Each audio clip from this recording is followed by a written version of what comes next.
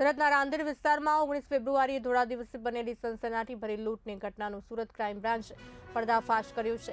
આંગણિયા પેઢીમાંથી રૂપિયા 35 લાખ લઈને નીકળેલા વેપારીની ફોર્ચ્યુનર કારનો કાચ તોડી લૂંટ ચલાવનાર 2 આરોપીઓને દબોચી લીધા છે।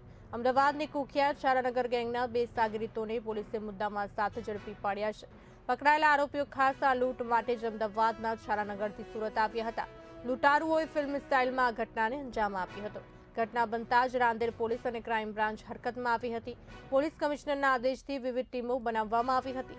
આ કેસમાં કુલ 4 શખ્સો સંડોવાયેલા હોવાનું સામે આવ્યું છે, જેમાંથી 2ની ધરપકડ થઈ છે, જ્યારે અન્ય 2 ફરાર છે।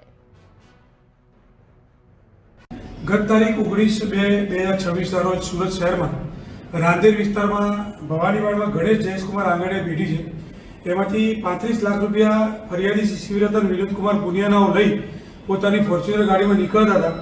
એ દરમિયાન 2 બાઇકવાળા એક જ્યુપિટર અને એક યુનિકોર્ન મોટરસાઇકલ લઈ અને એમને આંતરી અને પાછળની ફોર્ચ્યુનર ગાડીનો પાછળનો કાચ તોડી રૂપિયા 35 લાખની બેગ લઈ અને ફરાર થઈ ગયા। જે ક્રાઇમ બ્રાન્ચને ઇન્ફોર્મેશન મળતા ક્રાઇમ બ્રાન્ચની ટીમો તમામ ટીમો અમે પર સીપી સાહેબ અને જીસીપી સાહેબની સૂચનાથી ક્રાઇમ બ્રાન્ચની તમામ ટીમો લાગી ગયેલી કામમાં।